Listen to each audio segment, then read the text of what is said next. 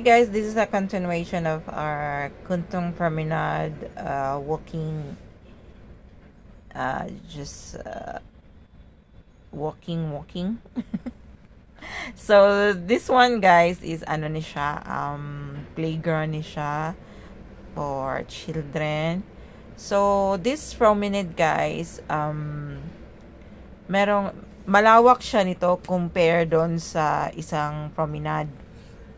Promenade pala, hindi promenade. Lagi ako nalilito. So, this one is malawak siya na pang playground sa mga bata.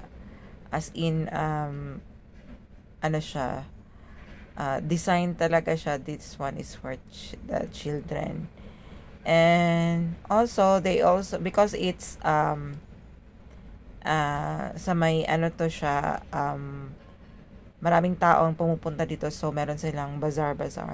Ewan ko lang kung ngayon lang to ha, kasi kasi ngayon October 1 ito nung pumunta ako, so public holiday at saka National Day, which is really important occasion. So merong mga ganap dito kanina siguro, pero hindi ko na naabutan kasi hapon na to. And this location is ito yung sa may seaside. So, yan sa mga Bermuda o yan sa may yung may Carabao Grass, pwedeng maglatag dyan ng pwedeng maupuan dyan. And dito, pwedeng running. So, merong tumatakbo, merong nagdadala ng mga aso, which is very convenient, guys, kasi malawak itong Kuntong Promenade. Dun sa isang promenade, separate talaga halos siguro 3/4 ay puro sa mga bata lang. Ang 1/4 niyan, or hindi ko kasi masabi na kalahati ba siya kasi, or hindi, or ano lang siya, yung 1/4 lang nung area. Usually kasi, nakikita ko sa ibang promenade, may malawak siya na space. So, yun sa kabila, kahit sa taas at saka doon sa may playground, para sa mga bata. Yung sa may seaside lang, doon lang yung yung for adults na mayroong mga tables. And dito naman sa Kuntong, malawak. Super lawak dito, guys. At ang nito, siguro hindi ko alam kung ilan ang square meter nito. Pero galing kasi ako ng Kuntong, tapos kasunod ng Kuntong is Otokok. Tapos yung labas ko nito is Pakaulan Bay na, so ilang station ang okupado nitong itong promenade na to.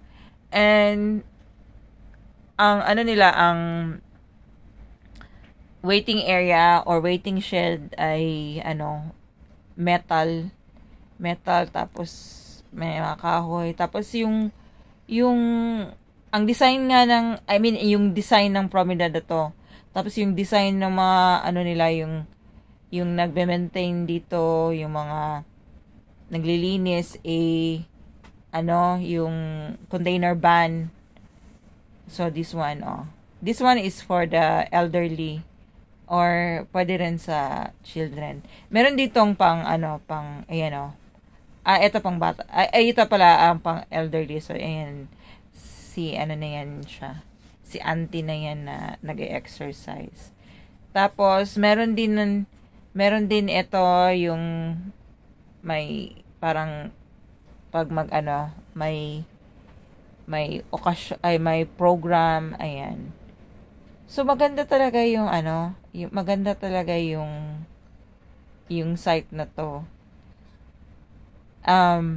Siguro ang napupunta dito yung mga pupuntang domestic helper dito, yung malapit lang din sa kanila. Kasi naman at ang pinaka-importante, Kowloon East pala to. Ang pinaka-importante pag andito ka sa nito, sa ganitong lugar, sa mga promenade or mga park, ay yung CR. So, dito din ay mayroong CR facilities, at ang design ng CR nila is container van. Ayan. So ang design nito ay mga metallic, yung mga design niya, mga metals, tapos yung CR is container van. Ayan. So pwede ka magdala ng mga anik-anik mo yun. Kasi wala yatang masyadong malapit na store dito or kainan. Hindi ko kasi siya na ikot ng buo.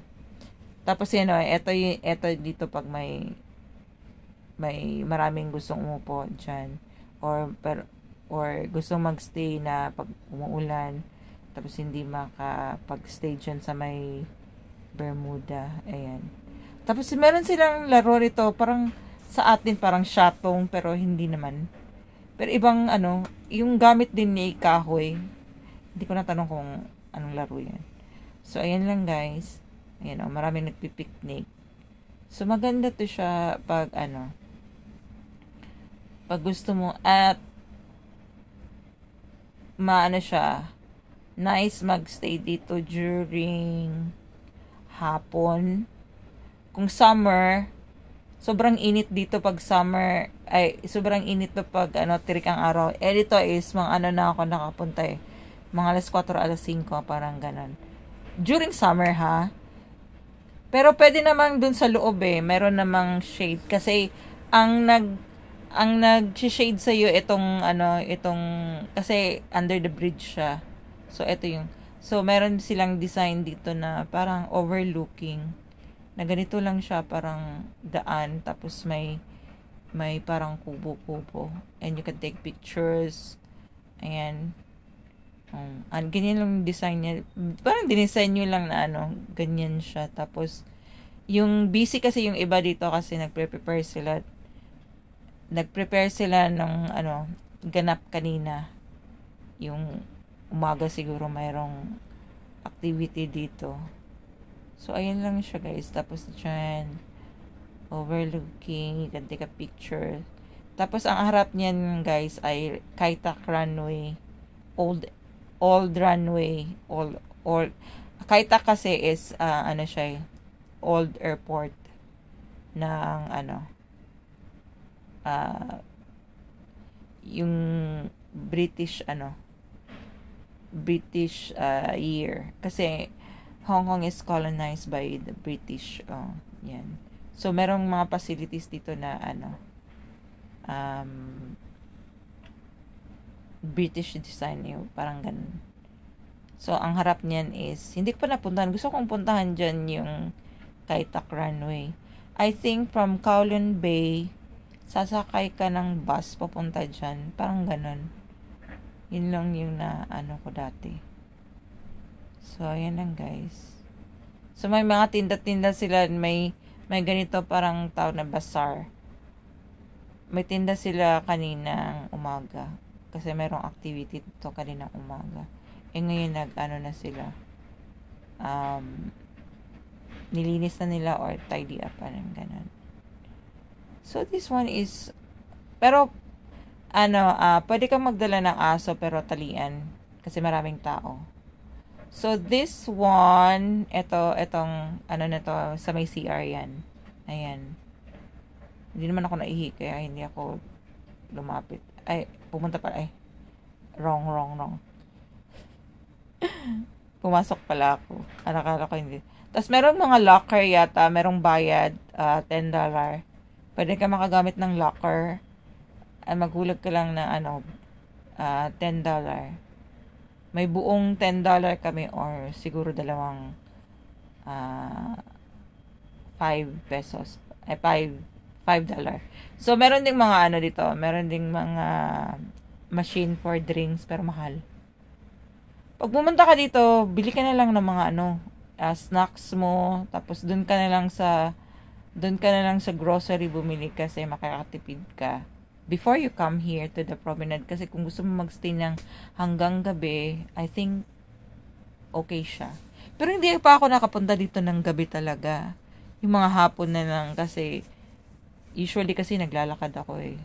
So, wala nang daanan doon. So, kasi bumalik ako kasi ano na yun eh. Pwede doon mag-skateboarding. So, wala siyang exit. Kaya bumalik ako. So, this one also, ayan. Yan yung niya. Yan yung pinakadulo nung parang may stage siya ba. So, for the skateboarding, yung mahilig mag-skate. Ayan siya. So, ayan lang. Diretso-diretso lang ako. Diretso-diretso. Hanggang sa, hanggang sa end of this promenade. So, tingnan nyo yung mga design. May talaga siya. May mga design yun na kakaiba. And it's still, meron ding office ng police dito. Yung naka-assign siguro dito sa area na to. And lang guys. Ito din medyo, ito pala is yung,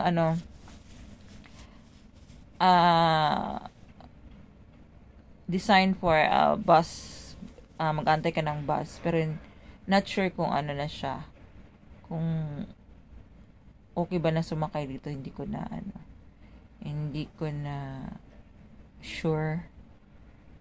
But meron ako nakita na, pero parang hindi pa siya ready kasi hindi pa ready yung terminal na pinuntahan natin yun sa unang video ko.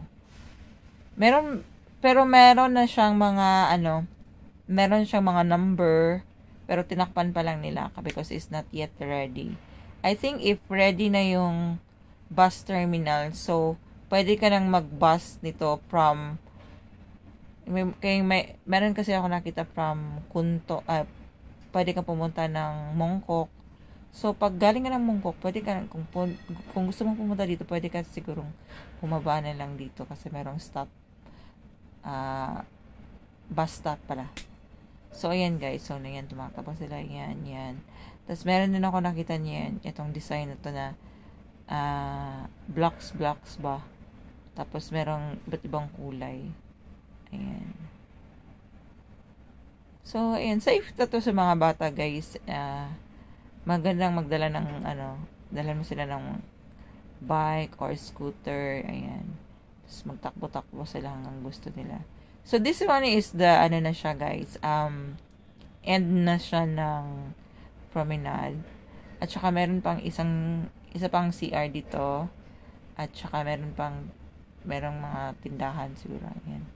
So, this one guys. So, ito lang siya guys, ang, last point na ng promenade, Kuntong Promenade. So, see you in the next video. Bye!